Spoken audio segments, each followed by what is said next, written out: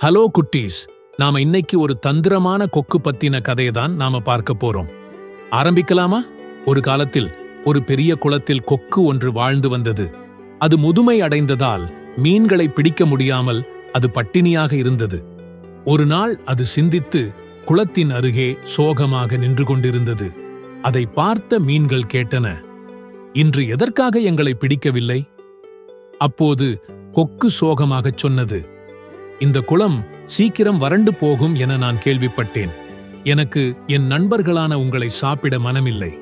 நீங்கள் என்னை நம்பினால் நான் உங்களை வேறொரு பெரிய குளத்திற்கு சுமந்து சென்று விடுகிறேன். மீன்கள் பயந்தன. அவை ஒன்றின் பின் ஒன்றாக கொக்குவுடன் செல்லத் தயாராகினர். கொக்கு மீன்களை வாயில் தூக்கிக் கொண்டு பறந்து போய் அருகிலுள்ள பாறையில் உட்கார்ந்து ஒவ்வொன்றாகச் சாப்பிட ஆரம்பித்தது. பல மீன்கள் போன பிறகு ஒரு புத்திசாலி நண்டு கொக்கிடம் சென்று, நானும் உன்னுடன் வரலாம் என்று நினைக்கிறேன் என்றது. கொக்கு அதை வாயில் ஏற்றிக்கொண்டு பறந்தது. நண்டு சுற்றி பார்த்தபோது பாறையில் எத்தனையோ மீன் முள்கள் கிடந்ததை கவனித்தது.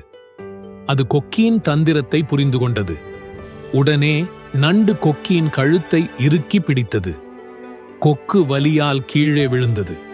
நண்டு பாதுகாப்பாக குளத்துக்கு திரும்பி சென்று மீன்களுக்கு நடந்ததை சொன்னது. கதையின் நீதி என்னவென்றால், குருட்டுத்தனமாக யாரையும் நம்பக்கூடாது. எது செய்தாலும் நன்றாக யோசித்து செயல்பட வேண்டும். ஓகே குட்டீஸ், பாய். நாம் அடுத்த கதையில சந்திப்போம்.